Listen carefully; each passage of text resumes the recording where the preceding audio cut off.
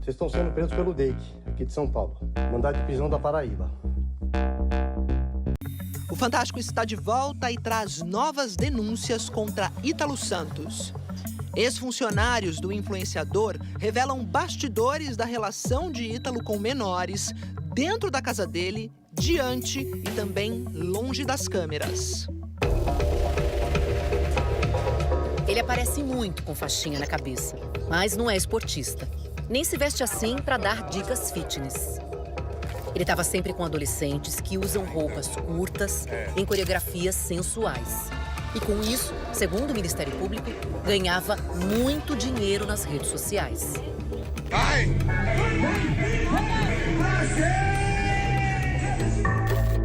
Esta semana, a festa sem limites do influenciador Ítalo Santos chegou ao fim. Depois das denúncias de outro influenciador, o Felca, as redes de Ítalo foram bloqueadas. Ítalo e o marido, Israel Nata Vicente, foram presos na última sexta-feira. E pessoas próximas ao casal começaram a revelar o que se passava por trás das câmeras. Uma pessoa soberba e que tudo tem que andar conforme ele quer. Ele controlava a vida desses adolescentes? Se não fosse de acordo com o que ele queria, ele dispensava. Esses são ex-funcionários de Ítalo. Eles não são investigados e pediram para não serem identificados. Os ex-funcionários mostraram fotos, conversas e contaram sobre a rotina na casa do influenciador. Vocês estão sendo presos pelo DEIC, aqui de São Paulo. Mandado de prisão da Paraíba. Ítalo e Israel respondem por tráfico de pessoas e exploração sexual infantil. Mas por que só agora? Porque só depois da tremenda exposição que o influenciador Felca deu para o caso, vira um crime em algo que Ítalo faz há anos. Muita gente estava vendo o que acontecia. Os próprios funcionários do Ítalo, a escola dos adolescentes que apareciam nos vídeos do Ítalo, eles frequentemente chegavam atrasados no colégio. As plataformas têm acesso ao conteúdo postado. Só que foi uma pessoa anônima que viu as redes e não se conformou. Achou que tinha coisa inadequada ali. Foi para frente do computador e no dia 17 de dezembro do ano passado, decidiu mandar uma mensagem para o Ministério Público do Trabalho da Paraíba. Era uma denúncia simples, uma denúncia curta, de alguém que acompanhava os conteúdos produzidos por Ítalo Santos na internet e que imaginava que isso pudesse configurar a exploração do trabalho infantil. Nós mobilizamos uma equipe internamente para fazer o acompanhamento das postagens nas principais plataformas. O que eles queriam entender mesmo é o que acontecia nos bastidores. E começaram a chamar testemunhas. Alguns ex-funcionários, pessoas que tinham acesso à casa. A casa onde Ítalo morava com o marido e com os adolescentes. Essa mansão num condomínio em João Pessoa, que tem um símbolo gigante em frente, HS, de Ítalo Santos. Ostentação do lado de fora, mas por dentro... Eu via a casa totalmente cheia de lixo e ficava durante 3 dias, 4 dias, 5 dias. Eles não tinham muito o ambiente limpo. Pelo relato das testemunhas, moravam aqui o casal e outras 10 pessoas, 4 menores de idade. Na casa se passava uma espécie de reality show. Havia uma produção intensa de conteúdo, praticamente 24 horas, né? Assim, aliado ao fato de que havia monetização, gerava diferentes formas de receita, né, financeira para os acusados. Inquestionável a existência de uma relação de trabalho. Quando não era trabalho, os adolescentes não podiam ficar com o celular, contaram os ex-funcionários. Os celulares às vezes era guardado dentro de uma caixa e outras vezes era guardado dentro do quarto dele com chave. Ele tinha muito medo de que as pessoas filmassem o que ele era por trás das câmeras. As festas na casa eram frequentes. Ele deixava que os adolescentes bebessem bebida alcoólica? Todos bebiam, sem restrição. As investigações revelaram que uma das adolescentes, menor de idade, chegou a ficar grávida enquanto estava na casa de Ítalo e perdeu o bebê. Os adolescentes se alimentavam direitinho? Quando ele queria. E só poderia comer quando ele acordasse. Era só quando ele realmente deixava. Tinha uma rotina de acordar, dormir direito? Não, era noite, em claro. Inclusive, já teve filmagens que ele fez que as crianças estavam indo para a escola e após desligar as câmeras, elas não iam para a escola.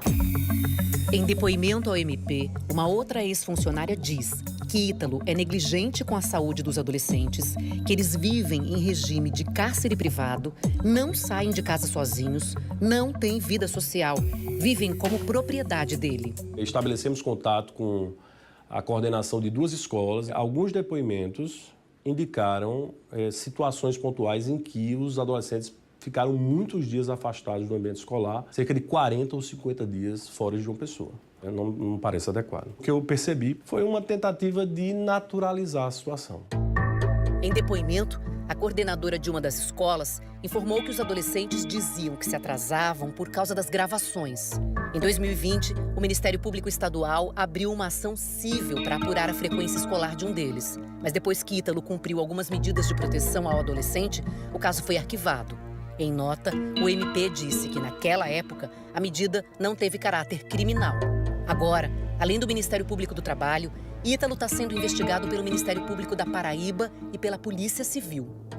Os pais dos adolescentes também foram ouvidos pelo Ministério Público. E as investigações mostram que eles recebiam uma espécie de mesada para os filhos ficarem na casa, morando com o Ítalo e também postando conteúdo. O pagamento variava entre R$2.000 e R$3.000. Em depoimento, uma das mães diz que não sabe se a filha ganhava mesada e que não considera que ela trabalha para Ítalo. Nunca chegou até a sede do conselho nenhuma denúncia dos próprios pais responsáveis dessas adolescentes. Nós não conseguimos contato com os pais desses adolescentes. A gente queria tentar ver se a família dela poderia falar com a gente. A maioria dessas famílias vive em Cajazeiras, interior da Paraíba. Ítalo nasceu na cidade de 70 mil pessoas. Ele era o cara que dava aulas de dança na pracinha da cidade. Começou a gravar vídeos aqui com os adolescentes. Foi ganhando seguidores, se mudou para João Pessoa, ficou famoso nas redes sociais com esse tipo de conteúdo e enriqueceu. Ele chegava a receber dinheiro em espécie, em malas mesmo de dinheiro e joias. Eu via muitas sacolas de dinheiro saindo da casa dele. Ele estava ganhando dinheiro com esses adolescentes? Os órgãos de controle entendem que sim. E de várias formas, né? Esse projeto de produção de conteúdo, ele gerava várias formas de receita financeira. Uma delas justamente envolvia uma empresa responsável pela promoção de rifas e sorteios na internet. Ele tem relação com empresas de jogos de azar? Não que eu conheça.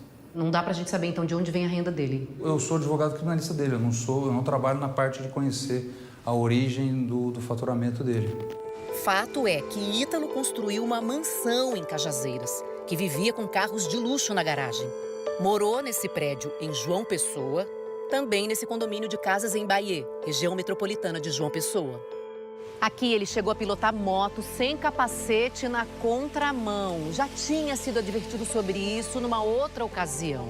Outra reclamação do condomínio. De novo, estava numa moto, sem capacete, só que dessa vez com uma mulher na garupa, fazendo topless.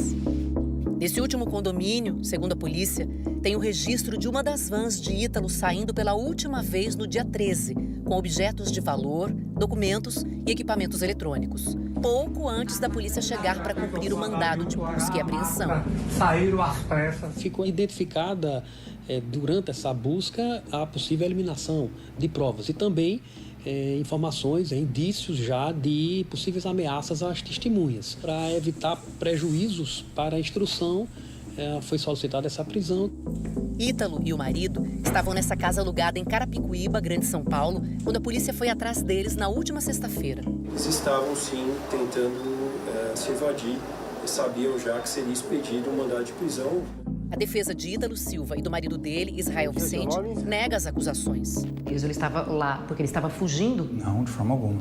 O Ítalo estava de férias em São Paulo. Se os fatos causam indignação, é uma outra abordagem para a situação, mas prendê-lo por conta disso me parece um exagero tremendo. A ideia de exploração sexual que foi pintada, acho que ela transborda da realidade muito. E não há como negar que há uma exploração, essa erotização.